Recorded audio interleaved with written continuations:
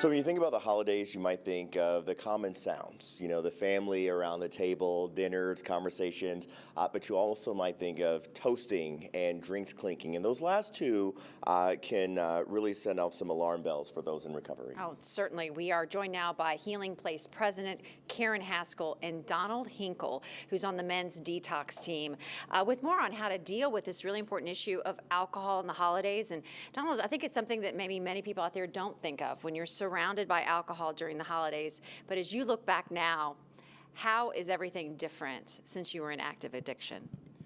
Since I was in active addiction, what it looks like today is people are more respectful, knowing that I am alcoholic and those type of things may trigger me, but they also keep me away from that environment to where people are trying to present those things to me versus nowadays it looks a lot different.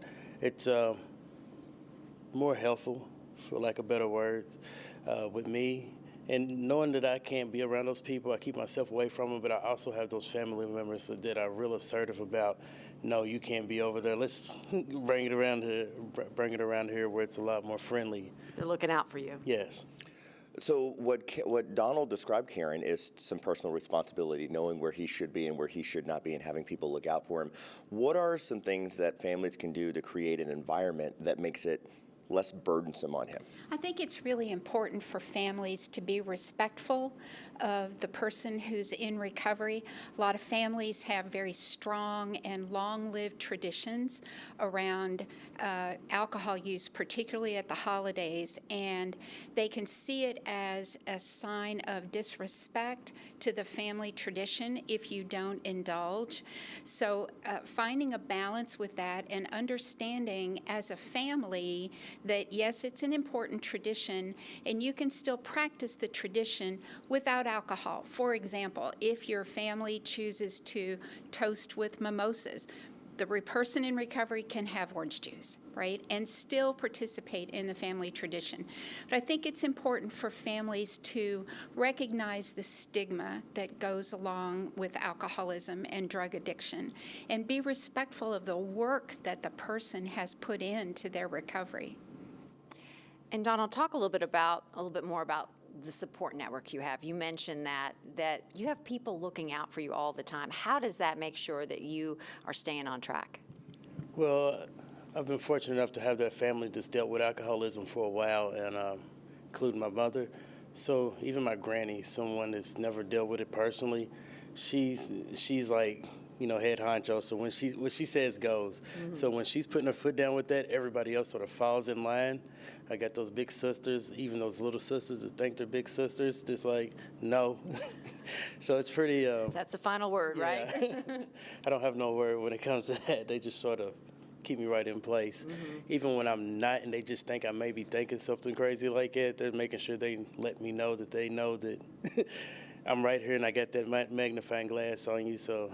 Yeah. Let's just keep it together. That support is just so important. Yeah, and Karen, that it dives back into something that you mentioned earlier. How do you really work to normalize not drinking? Because there's always a flag. So the first thing, how come you're not drinking? Are you pregnant? Or all these lists of questions that come up. How do you normalize not drinking? Yeah, well, I think it really is important, again, to recognize the consequences of the drinking and really address that stigma.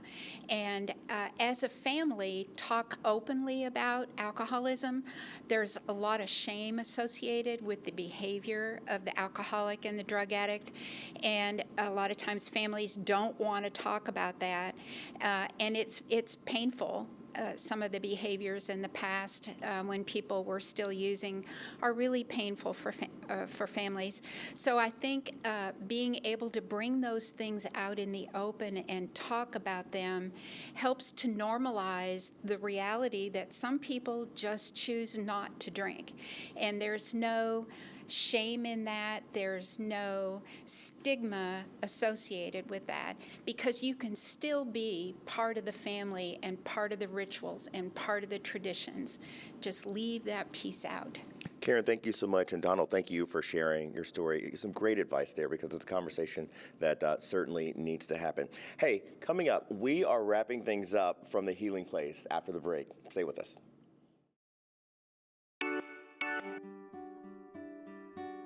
Happy holidays.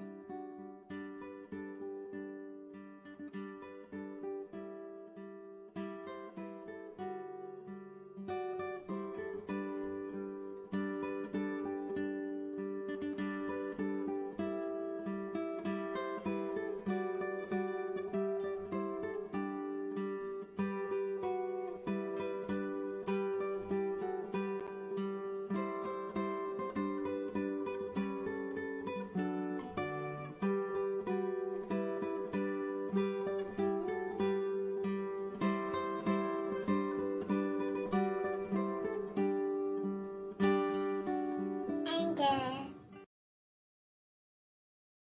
Great Day Live on WHAS 11 is sponsored by The Healing Place.